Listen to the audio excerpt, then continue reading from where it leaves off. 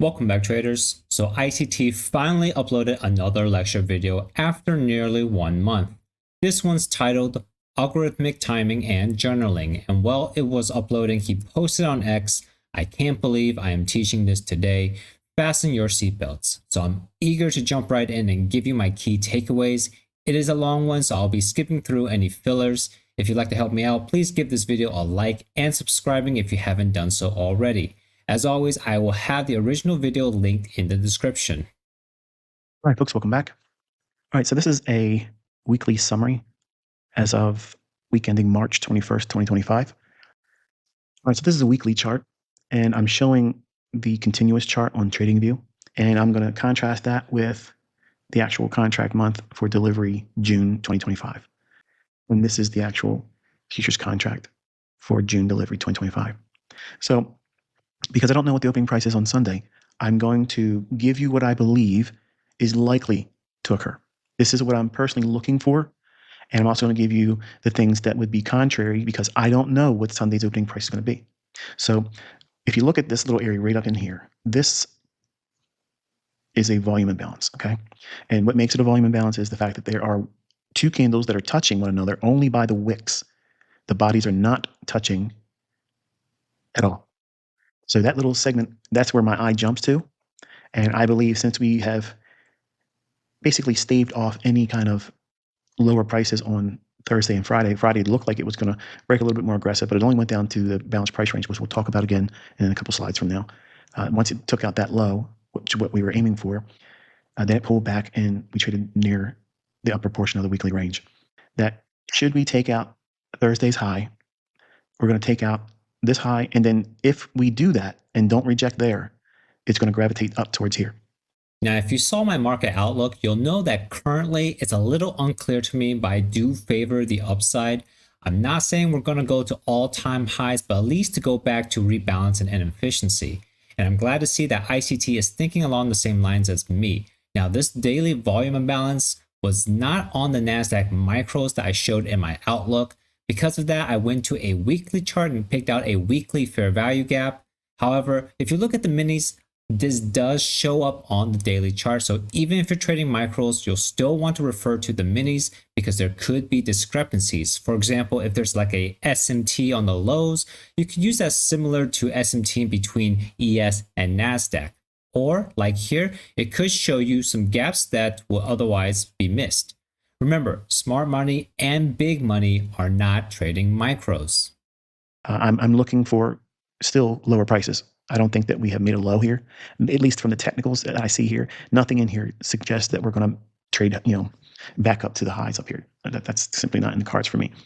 But I believe, because we've spent a lot of time back and forth in here with all these candlesticks, the only real separation from where we are right now on Friday's close to that of this price run here from this short-term high down to that low, this little area here is the only portion of price action that's somewhat broken. In other words, if this was like a metal chain, this would be the weak link. So it's going to, most likely, I'm not suggesting it's going to have to do this, but I'm under the opinion that it wants to maybe go back up in there and lay a candlestick back inside this little separation between these two candles' bodies. Then we could see it roll over. Now, if we roll over into next week and just don't even come back up there, that's exceedingly weak. And then we're looking for things below 19,000. So it remains to be seen where we open up on Sunday. All right, and this is the hourly chart, and that segmented little break in price action that I highlighted on the daily chart, that's being shown here on the canvas of a 1 hour chart, as you can see here. So this is the daily volume imbalance, and that I'm willing to see it go up here into this volume imbalance. That's what I like to see, because if it can get up there and then reject, it's only gone up to put in that little patchwork on the daily chart. Then it would free it up to expand and explore lower prices below the lows that's been formed here and here. The buy side is here initially because we have this high and we have the slightly higher high. Now, I could very easily just say, well, let me just anchor to that. But because we're in a really prolonged trading range, it could just very well trade above this high and then just bump that high and never get above that high. So when we're playing inside of a large trading range like this, I like to be a little bit more nimble and not require it to do the extremes. So you can make a whole lot of wonderful setups using 75 to 80% of the trading range high and low and never trade outside the range, and use these smaller short-term highs and lows inside that larger range, meaning that if this was the high of the range and this being the low of the range down here, if we put a fib on that and put in 80 and 20 as the levels, if every swing high that was at or just above but not the actual high here of the trading range that's being shown here, if you look at the extremes of 75 to 80%, I believe that you would be able to focus on the ideal little intraday turtle soup formations. They could act as targets or they can act as new entries. But because we're looking at analysis and we're looking for forward thinking setups, the sell side that I like is here, right there. So even though ICT would like higher prices to this daily volume imbalance, he's thinking that we're not done going lower. We may not even go above this high. So he did mention a new concept here where we were looking at 20 to 80% of the dealing range when we have a big prolonged trading range like we have here. Here's a screenshot of my chart on TradingView. The low and the high of the dealing range are the white lines. The yellow lines are the 20% and 80% of the dealing range. Notice how many times when the market puts in a high or low near the yellow lines, we go the other way without taking out the high or low of the range. These are the areas where you can focus in on trading intraday turtle soup setups. Assuming we are in a prolonged consolidation range like this example here is 2 weeks of price action so far. So those are my liquidity pools on the hourly chart. I'm going to drop down into a 15-minute time frame. And here is that balanced price range. And I have it very lightly shaded. It is very, I guess, satisfying to see what we were looking for this week. Trade down just below that low by a tick. Look at that. That little tiny little stab below that. And then we had all this price movement moving higher. We're going to break down Friday's price action, but I want you to take a look at this 15-minute time frame. Pause the video and think about why price went to this level here before closing. Okay, so I'm going to give it a shot. I'm going to give you my observations, but if you want to try it yourself before hearing what I have to say and what ICT has to say, pause the video now. So we took sell side liquidity here, and then we rebalanced this whole inefficiency. You can see that we went up, down, up, and we left this range with a change in the state of delivery going above this down candle, and this becomes a balanced price range. Now going up, because we have a change in the state, the market is going to seek buy side liquidity, which is going to rest above these highs. Also above here, you can see that we have a very small 15-minute fair value gap that price will want to go for. Now it is a little hard to see here, but if you back up to the previous chart on the 1 hour chart, it becomes very obvious. You can't miss it. That's pretty much it. The last thing I'll say is that market is in consolidation, and during consolidations, price tend to go back to equilibrium. And using this high to the low of this week, we can see that on Friday it closed pretty much near the middle. Okay, so now let's see what ICT has to say and how much of that I got right. So I want to take your attention to that candlestick right there. That's 10 a.m. on Thursday. But that 10 o'clock candlestick right there, I want you to annotate that, okay? Because we're going to refer to that at the last few minutes of the review, if you will. All right, and it's the 5-minute chart. And again, I want you to think about what you see here in this chart. Okay, so I don't know if I have much to add to what I said before. I guess here, after we created a market structure shift, we do have this bullish breaker. Now, price did not take out this high. We came back down to that bullish breaker. It became support multiple times before we went and took out the buy side liquidity back up here that I mentioned before. There is a small 5-minute SIBI here, but nothing large and obvious. There is this large BISI that I bet he'll go over. However, I did not personally notice this before. I only see this now because he mentioned it back on the 15-minute chart. So other than this bullish breaker, I don't really have much else to add. But again, in that same proximity, right in here, I want you to look at that on your chart as well. I'm going to annotate that. Now we're going to break things down. This level is the low of that balanced price range that I gave you in the Telegram channel. Before it traded down through it with high resistance liquidity conditions, it went right down to it and through it by a tick. And that was the low. That was the low of Friday. And then all the way back up to here. Wouldn't it be interesting? Wouldn't it be enigmatic if you could determine where that high was going to be? Okay, because he said that, I bet he's going to use a projection to determine this high. And it's going to be a projection maybe like on this leg. It looks like maybe a symmetrical swing from this low to this high. Or I guess it could be the first 30 minutes of trading. So like from 9:30 to 10 o'clock, measure the low to the high and project that. That probably could be the price up here. Or like a -2 or maybe -1.5 standard deviation. Just making a rough guess, I'm not doing any precise measurements or anything. Looking at that price run from that low, mouse here, that low up to here, we're going to look at all that price action right there. There's no volume sign pressure. The algorithm is going to keep delivering price higher or lower until it takes it to a price that is already determined as a objective. And it's going to deliver it to a specific time or within a measure of time. That's like a macro. It's the last 10 minutes to the top of the hour, and it's the first 10 minutes after a brand new hour starts. Then there are macros that are very specific, like the lunch macro, and then the final hour of regular trading hours macro. There's 4 macros inside that last hour of trading, regular trading hours. You hear people call it power hour, or it's the last hour trading, something to that effect. But it's basically a very sweet spot that creates the extreme end of the range for the daily candlestick. So I've worked as a programmer for financial companies, and I would have to agree. If there was a price delivery algorithm, assuming there is, it would have to work off of time, meaning it would have to schedule all the tasks it performs to execute at certain times of the day.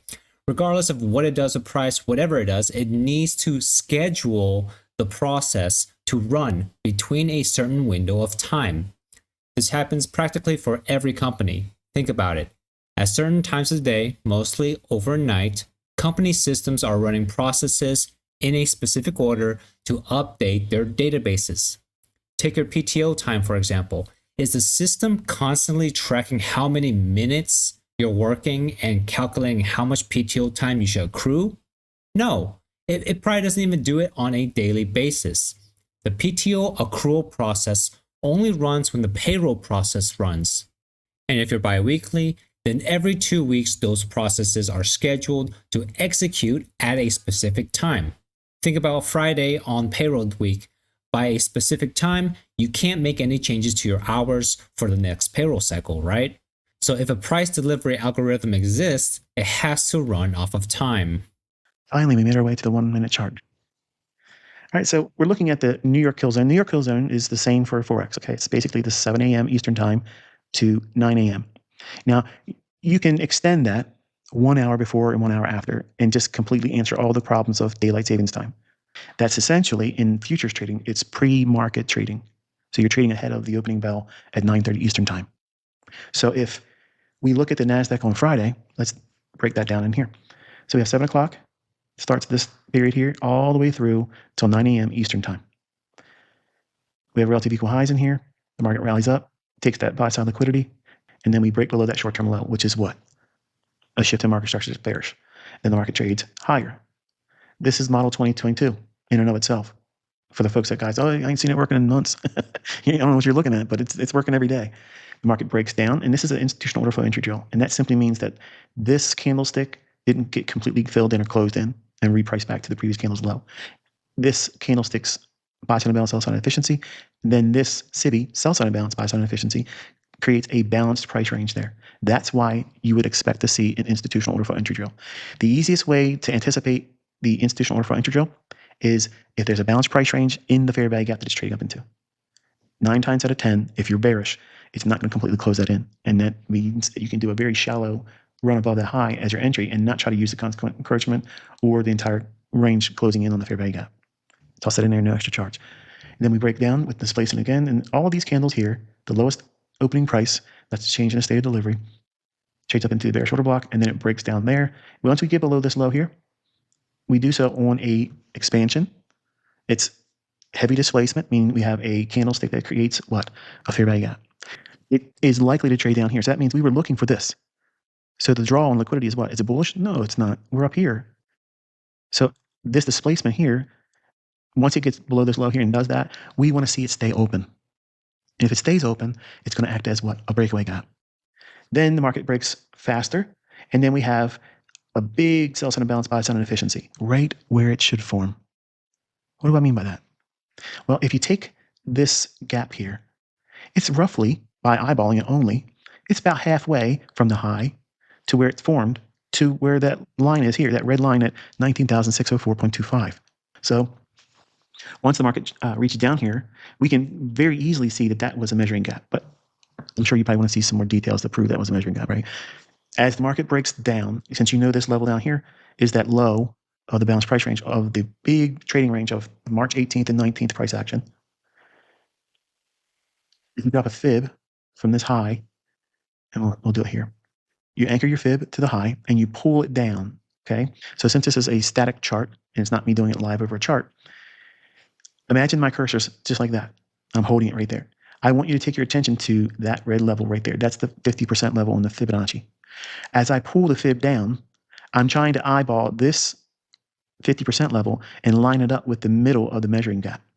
So I'm going to overlay this red line with this dotted line, which is half or the middle of this sell sign imbalance, buy sign inefficiency. So I'm going to pull it down from here and I'm going to aim for that level right there and drop it. And it looks like this. So I pulled the fib from this high all the way down. There's where my cursor would be until the 50% of the fib anchored to that high.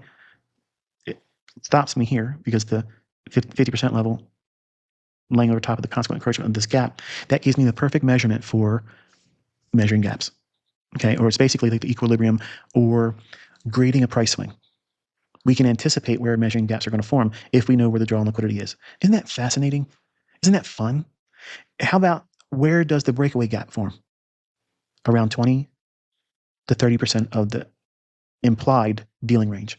What's an implied dealing range? Implied dealing range is when the market was up here and you anticipate selling off. Where's it going to sell off to? Well, we wanted to see it go down below that 18th and 19th balanced price range of March. That's this red line down here. So we can take a fib and just loosely take it from the sell-off point and drop it right on the red line here, and you're going to get a general proximity where that midpoint is. But it's further refined when you actually use what? Price run in and of itself as it forms, candlestick by candlestick. So here is the upper quadrant of that implied dealing range. An implied dealing range is a price run that has not completed yet. If you're bullish or bearish, where your terminus or target is, which is this level here that was qualified and quantified inside of the Telegram channel before it reached it. So by having projections like this, we can grade our price swings, and breakaway gaps are wonderful to anticipate near the 20 to 30% of the price range that has yet to deliver, and then 50% of it. You see that? Now, in and of itself, to me, I thought that that was very fascinating when I was coming up and I was seeing these types of things in my own analysis. I was like, wow, I've always seen books talk about gaps, common gaps like breakaway gaps, measuring gaps, exhaustion gaps. They're not my concepts. I didn't create them, okay? But I did come up with a concept that I'm teaching you here, which is implied dealing ranges and anticipating where they're going to form, where they're forming. And on top of that, you can anticipate the time they're going to form. The bodies stop at that level. The wick goes to where I said it was going to go by one tick or two and says, that's it, we're done. So the bodies confirm that has been delivered perfectly. And the wick has told you what? The damage is done. We traded below that 18th and the 19th price action, that balanced price range of choppy range bound block of price action. We've done it here. And then we had this run above this short-term high right there. What is that? That's a shift in market structure. So we can anticipate the market doing what? Going higher if it breaks out and starts running. We see it deep dive, doesn't take out the low, but the bodies are doing what? What are they doing there? Staying in that level of that implied dealing range. Then it starts to rally. There's details in here that we're going to ferret out, but you can anticipate price doing what? Breaking this high. Now, why? 9:30, we have the opening range. The opening range is 9:30 to 10 o'clock Eastern time. Now, I know, there's a lot of folks out there that they'll say opening range this or that. Some guys are saying, here's the first 5 minutes opening range. There's guys that say, okay, here's 15 minutes opening range. Here's this and here's that.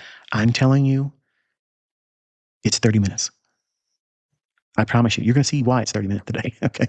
But I want you to understand that anything outside of 30 minutes is just an opinion. And that's why you're not seeing them show what I'm going to show you today. What I'm going to show you today is going to blow your socks off. All right, I'm excited to hear what he has to say, although I think I already know. So earlier I mentioned about taking a projection of the opening range to determine that high of the day. So I think he's going to take a fib from this low to this high, although in his chart, he's got the opening range low here and the opening range high here. I don't know why he's using this high instead of this high. The opening range is the first 30 minutes, so from 9:30 to 10 o'clock, this should be the highest high. So not sure why he labeled it here. So I guess he's going to take this low to this high and then project it upward to get those higher up targets. Looks like maybe 2 standard deviations, I guess, to get to that high of the day, or whatever the next standard deviation should be above the buy side liquidity up here. Anyways, before we move on, I want to talk a little bit about these gaps. So if we're expecting the measuring gap to be halfway between, I guess, the start of the move to our target, and then we expect the breakaway gap halfway between the high and the measuring gap, then what we can do is, using the same projection technique that he showed, we could go from the high to the middle of the breakaway gap, and that will kind of project where we can expect the measuring gap. And we can confirm it if we go from the high to where we think our target would be. And if that lines up, then I guess that could be a big indicator on where that measuring gap should appear. So how can we actually use this to our advantage? Well, one thing I can think of is using it for our risk management when we move our stops. So let's say we have the price action here and we see price moving away from this consolidation. It creates the first fair value gap that is outside of the consolidation, and we're anticipating this to be a breakaway gap. Now, when price starts moving away from it, that confirms the breakaway gap is left unfilled. And what we can do is use it to anticipate where our measuring gap is. And once we get, like, let's say this big drop, remember price has now done forming all this. We're over here in price action. Once we get this big drop, we're anticipating this to be a measuring gap. And when we see this big candlestick, we can move our stop to above these 2 up candles. And that's going to keep our stop nice and safe. And we can wait for price to kind of run towards our target. So that's one way I thought about how we can use these measuring gaps to our advantage. I would like to know if you guys can come up with anything cool in the comments below. I want you to think about how the opening range of 30 minutes, what do we do with that information? Well, obviously you have to know the low of it and the high of it. And that's what I've annotated here. So by having that range defined, we start looking for first presented fair value gaps. If you have a very small, and there's going to be times where you look at the individual price action of any given day and you may question, is the first fair value gap really valid, or should you use another one? And the general rules are this. Obviously, when we're looking at inside this range, from this candle's high to that candle's low, that's the actual range. But the range in time is here from 9:30 a.m. Eastern time to 10 o'clock Eastern time. So you're having to look inside that portion of time for the very first presented fair value gap or the very first PDA rate that you're going to employ as your model. The easiest one to spot is the fair value gap. All you have to do is narrow your focus down to the first 30 minutes, because the algorithm is going to leave something there for smart money. It's coded to do that. Moving range, 30 minutes, 9:30 to 10 o'clock Eastern time. You're looking for the very first presented fair value gap. If the gap, as you'll see here, that's the very first one. See it? There's no other fair value gap on the 1 minute time frame forming prior to that right there. Now, would you agree that that's a very small fair value gap? It's minuscule. And it really didn't do anything, did it? Did it take price down to take a lower low out? No. So there's one strike against it. We already made the low of the day at a level we anticipated. So if we went down here, isn't it likely the market's going to go higher anyway if it rejects like it's done here? We have a shift in market structure. And then we're inside of the opening range of 9:30 Eastern time. So we're only coming back down to test that low. And it didn't even get down to the low of that 18th and the 19th balanced price range. So as I teach, the signatures are, we want to see levels fail. We want to see PD arrays fail. That's insight. Small little gap like that. That's the first presented fair value gap of Friday, March 21st, 2025 on NASDAQ, June delivery contract. It's a fair value gap that's a SIBI. So that means generally that would be treated as what? It trades back up into it and sell off. But that's canceled out because we reached our target. Now we have a shift in market structure here, and we didn't take out the low there.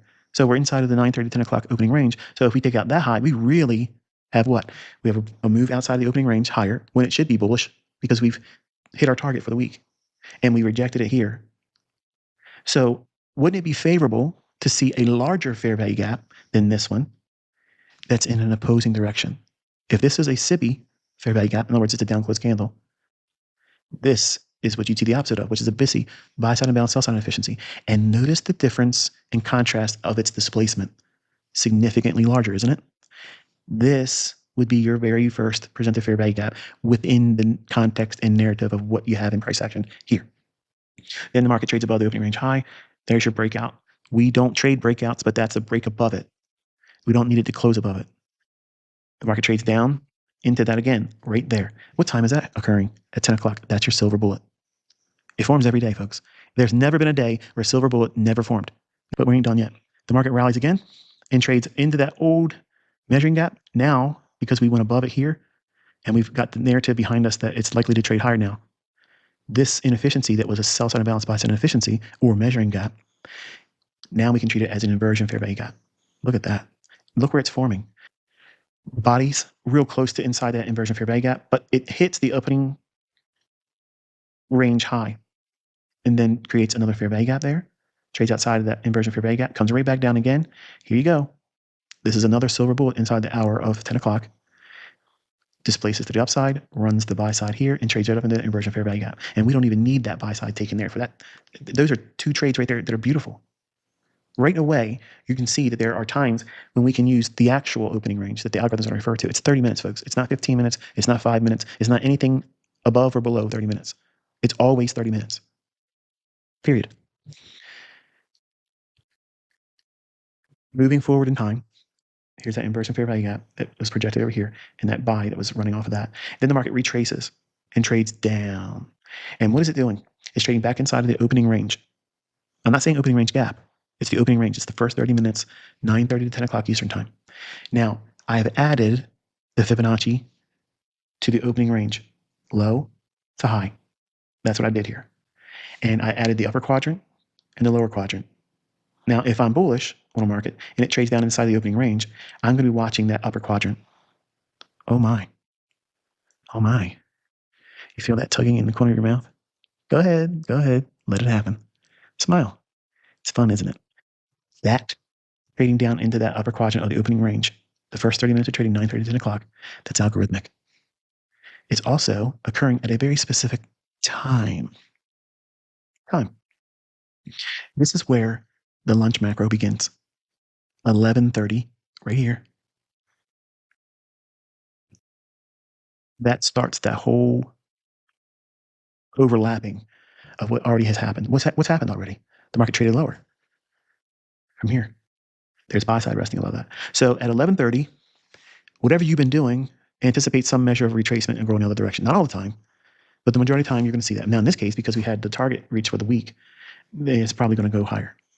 And this is the lunch macro. The lunch macro is 11:30 time, Eastern time, as far as 1:30 p.m. Eastern time.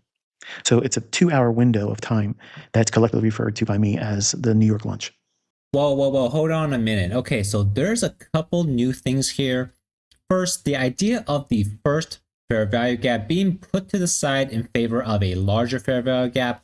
Okay, so we've seen examples of him doing this actually before, but today he actually laid out the logic for us in this video. Now, I'm not confident enough that I'll be able to read all the narratives in price action like he pointed out, so I'm just going to simplify this for myself. So in general, if the first fair value gap is within a larger fair value gap that's nearby, I'll use that larger one instead, but I'll keep in mind that price can still go down to the first fair value gap, so I'll need to have my risk be appropriate and account for the first fair value gap as well. Now, the second new thing is this lunch macro time. I don't think I've ever heard him talk about a 2-hour window for a macro. Now, I'm assuming that this is just the time window of when this macro can fire off, not the entire window of time. For example, here he has it labeled from 11:30 to 12 o'clock. So I'm guessing within the 11:30 to 1:30 p.m. window, that is sometime in there, that's when the macro can fire off. So here we see at 11:45, we went and took the sell side liquidity, and then right at noon, we started rallying up higher and higher, spooling up, taking out the buy side liquidity, and going to that negative 1.5 standard deviation projection from the opening range low to the open range high. Now, I still don't know why he used this high as opposed to this high. I mean, the opening range is the first 30 minutes and this is the highest high, but he used this one instead. Now, I know that sometimes, most of the times when we do projection, we go backwards in time. However, we're talking about an opening range here. And in the second lecture, the one over midnight opening range, that's exactly what we did. We took the lowest low and the highest high of that 30-minute time window. So I don't know why we didn't do it here. If anyone has any idea, please let everyone know in the comments section below. By hitting the upper quadrant of the opening range, when it's bullish, you can time an entry in here to go higher. Now you can use an inversion fair value gap here. You can use a turtle soup, or you can anticipate the run back above here and trust that it will give you a fair value gap, some kind of a lower block. In this case, you can see very, very beautiful immediate rebalance there. And then starts to run higher. These levels are standard deviations. The standard deviation of the opening range, the first 30 minutes, 9:30, 10 o'clock. This is a half a standard deviation, 1 standard deviation, 1.5 standard deviation. And it trades up to that after taking the buy side out here. Right here, beautiful delivery, algorithmic, all perfectly delivered. Now at that point, we're going to take our attention and scrub forward again. This gap here, we're going to extend it forward, but now because price is above it, I'm not going to change the color because I don't want you to lose sight of what it is I'm referring to in proximity to that. So just know that once we went above it here, this would be referred back to as a reclaimed bullish fair value gap, not a bearish fair value gap. But I want to leave it this way so that way you can follow it in the slides of my PowerPoint presentation here. That's it here, extended all the way over. So here's that run up to that standard deviation 1.5, and then one more time it bumps above it and trades down into the lunch macro ending at 1:30 p.m. And now we're creating what? The opening range, the first 30 minutes of 1:30 to 2 o'clock Eastern time. That's what sets the tone for the market structure. All of the magnificent and precision-oriented aspects that I teach, it all starts from here. So we have the opening range low. This is the lowest low between 1:30 p.m. Eastern time to 2 o'clock Eastern time. That's the highest high it formed. This is the time aspect. Okay, this is the parameters on time. This is the opening range low, the lowest inside that range of time. So if we were following it down here, 2 o'clock to 1:30, that's what this is showing here. It's the end of the lunch macro. So now we're anticipating another run in price action. And since we've already anticipated a reversal because we hit our weekly target, so we can anticipate what? A continuation to the upside. See how that's we work together to build a narrative based on what has happened and what's less likely to happen, less likely for it to continue lower because we already traded below the weekly target of the 18th and 19th bound price range, and it rejected strongly on a Friday. So now we have the opening range high, and then inside that opening range, here's your first presented fair value gap. But the market trades down into that first presented fair value gap here and rallies up. That right there is a tradable run. But now we're going into a macro, 250 to 310. And the market's doing what? It retraces all the way back down to the -1 standard deviation of the opening range of 9:30 to 10 o'clock. That's what these lines are here. Okay. So again, we go down to that inversion fair value gap, which is technically a bullish reclaimed fair value gap. It rallies and consolidates inside now the macro of 315 to 345 Eastern time. I promise you, no one ever talked about that. But at 315 to 345, the last final hour of regular trading hours, you call it the power hour. I don't call it power hour. It's the final hour of regular trading hours. Between 315 and 345, the market's going to operate inside of the narrative that's presently underway. Meaning what? We created another opportunity to buy. We have buy side up here, which is also the opening range high of 1:30 to 2 p.m. Eastern time. That's the afternoon session. You're looking for the setup that leads to market on close macro. That's what MOC stands for. That's the 350 little price run that usually takes off and creates another higher high or retraces into the range.